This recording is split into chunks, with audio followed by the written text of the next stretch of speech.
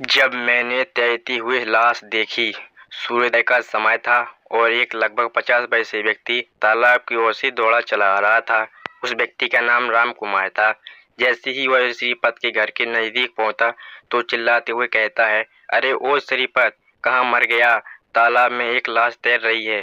श्रीपत सुनते ही घर से निकला और कहता है, क्या कह रहे हो भैया? तनिक ध्यान से देखते, लाश बाश नहीं होगी। श्रीपत की पत्नी घर के द्वार से सब सुन रही थी।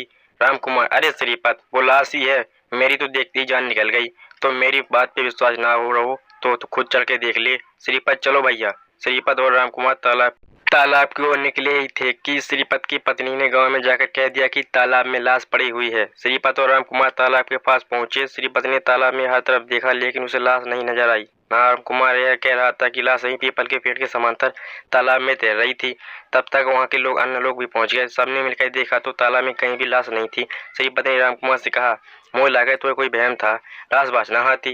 राम कुमार, अरे श्रीपत, जा बता, मैं तो उससे झूठ बोलूंगा और झूठ बोल के मुँह का मिल जावे। गांव का एक व्यक्ति कहता है, अरे राम भैया, तुम झूठ नहीं बोल रहे हो, लेकिन कभी कभी क्या हो कि हमें बहम हो जाए, बाकी बात और कछु नहीं। सबने मिलकर राम कुमार से कहा कि तुम्हें बहम होगा तो राम कुमार ने भी मान लिया कि उसे बहम होगा, लेकिन राम कुमार को पूरा विश्वास था कि उसने तालाब में लाश देखी है। श्रीपत घर पहुंचा तो उसके घर के सभी महिलाएं इस इंतजार में बैठी थी कि उसके किसी की लाश है।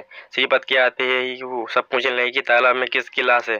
श्रीपत जवाब देता है, अरे भाभी, कोई लाश नहीं थी तालाब में, तो वो बस छोटे भैया को कोई वहम हुआ होगा कि लाश है। रात में कोई सपना देखा होगा तो मुझे ऐसा लगा कि सुबह वो अचानक तालाब में दिखाई दे गया होगा। फिर सभी महिलाएं अपने अपने घर चली जाती हैं, लेकिन गांव में इस तरह की बातें आग की तरह फैलती हैं। आधा एक घंटा में ही यह बातें पूरे गांव में फैल गई थी। कुछ को लग रहा था कि यह मात्र राम कुमार का वहम है, तो कुछ ये भी मान रहे थे कि शायद तालाब में लाश थी, लेकिन जब सब गए होंगे तो वह कहीं गायब हो गई होगी। बहरहाल सच क्या था यह किसी को पता नहीं था, लेकिन सिर्फ लाश के डर से ही गांव वालों ने अपने बच्चों को तालाब के पास जाने से इनकार कर दिया था। जिन्हें लग रहा था कि वह लाश नहीं है, उन्हें भी अपने बच्चों को अब तालाब में जाने से मना कर दिया था। भले ही गांव वालों को लग रहा था कि वह राम कुमार को मात्र एक वहम है, लेकिन पूरे गांव में उस लाश का डर जरूर था। लगभग एक महीना बीत गया, लेकिन दोबारा फिर कभी किसी को तालाब में लाश नहीं दिखी। अब तालाब पर दोबारा बच्चे और बूढ़े सभी जाने लगे थे। गर्मियां भी खत्म होने वाली थीं। 14 जून के आसपास साल की पहली बारिश भी हो गई, लेकिन दोबारा किसी ने उस लाश को नहीं देखा। धीरे धीरे बारिश से ही तालाब में थोड़ा जल स्तर बढ़ गया था। 14 जून से बारिश शुरू हुई थी और 20 जुलाई आ गई। हर रोज बादल बरसते रहे थे, लेकिन लगभग जुलाई के अंत में बहुत तेज बारिश हुई और तेज बारिश के कारण तालाब की नहरें खोलने तक नौबत आ गई। गांव के मुखिया ने जल अधिकारियों से बात करके तालाब की नहर चालू करने का फैसला लिया। अधिकारी लोग मजदूरों के साथ नहर खोलने गए तो जहां नहर से पानी तालाब से बाहर की ओर जाना था, वहीं वहां लाश पुनः दिखाई दी। जब मजदूरों को लाश दिखी तो उन्हें नहर खोलने से पहले तय किया कि नहर खोलने से यह बात अधिकारियों को बताई जाए। अधिकारी थोड़े ही दूर मुखिया के साथ बात कर रहा था। जब मजदूर अधिकारी के पास पहुंचे और अधिकारी को बताया कि जहां नहर है वहीं एक लाश पड़ी है। जैसे ही मुखिया ने सुना तो वह समझ गया कि यह वही लाश है। मुखिया ने तनिक भी समय नहीं लिया और दौड़कर नहर के पास पहुंच गया। लाश को देखते ही मुखिया के पसीने छूट गए, क्योंकि उस लाश में उसे अपने मरे हुए पिताजी की छवि दिख रही थी। मजदूरों ने पहले लाश के चेहरे पर गौर नहीं किया था। जब मुखिया ने उन्हें बताया कि इसमें मेरे मरे हुए पिता की छवि दिख रही है, तो उन्होंने लाश को देखा तो उन्हें भी अपने उन सगे संबंधियों के चेहरे दिखने लगे जिन्होंने कुछ समय पहले ही इस दुनिया को अलविदा किया था। सारे मजदूर कांप उठे। बारिश में भी शरीर पर पसीना आ गया था। मुखिया और अधिकारी के साथ वहां खड़े तो लेकिन डर से कांप रहे थे। मुखिया ने लाश की सूचना पुलिस को दी। मौके पर ही पुलिस पहुंच गई। पुलिस ने आके देखा और तय किया कि नहर को धीरे धीरे खोलें तो उस पार लाश आसानी से निकाली जा सकती है। मजदूर डर से कांप रहे थे, लेकिन उन्होंने किसी तरह नहर को खोलने का कार्य शुरू किया। दूसरी तरफ दो पुलिसकर्मी ने लाश पकड़ने के लिए खड़े थे। मजदूर धीरे धीरे नहर खोलने का कार्य कर रहे थे। जैसे ही थोड़ा सा नहर का द्वार खुला और नहर में पानी आया, लाश द्वार में आ फंसी। पुलिसकर्मियों ने लाश खींचने की कोशिश की, लेकिन वह उसे खींचने में असमर्थ रहे। पुलिसकर्मियों ने कहा कि द्वार थोड़ा और खोल दिया जाए जिससे हम लाश खींच सके। मजदूरों ने फिर से अपना द्वार खोलने के लिए प्रयास किया, लेकिन इस बार वह टस से मस नहीं हुआ। मजदूरों से द्वार नहीं खुल पा रहा था, तो अधिकारी और मुखिया दोनों ने भी द्वार खुलवाने का प्रयास किया। सब मिलकर प्रयास कर रहे थे और अचानक द्वार पूरा खुल गया और जो पुलिसकर्मी उस लाश को खींच रहा था, उस पुलिसकर्मी को लाश अपने साथ बहा ले गई। बाकी पुलिसकर्मी लाश के साथ दौड़े, लेकिन मुखिया, अधिकारी और मजदूर गांव की ओर दौड़े। बचा लो चिल्लाते हुए गांव की ओर दौड़े। पुलिसकर्मियों ने काफी दूर तक लाश का पीछा किया, लेकिन वह अचानक गायब हो गई। पुलिस ने उसी समय गोताखोरों को बुलवाया। कई किलोमीटर दूर नहर में जाल भी बिछा दिया, लेकिन पुलिस को ना तो लाश मिली और न ही वह पुलिसकर्मी जो लाश के साथ बह गया था।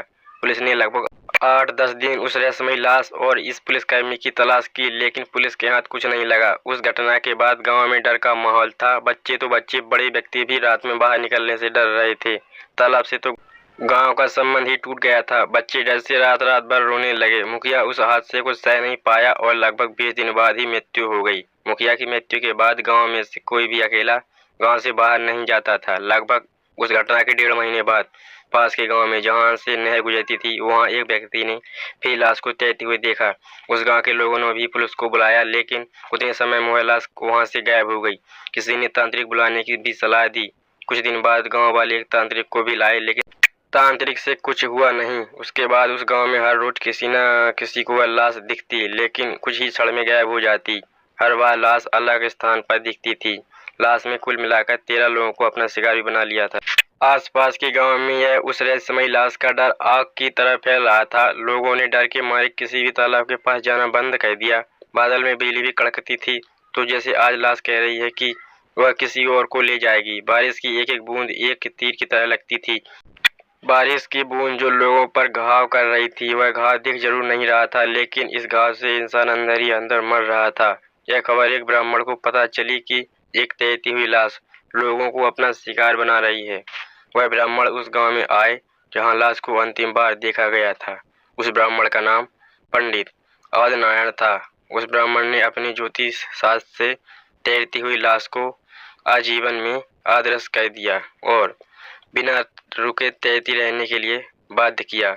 उसके बाद वह लाश किसी को नहीं दिखाई दी, लेकिन डर आज भी बना हुआ है। आज भी उस गांव में तैरती हुई लाश के नाम से लोग कांपने लगते हैं। कहानी का अंत होता है। Thanks for watching.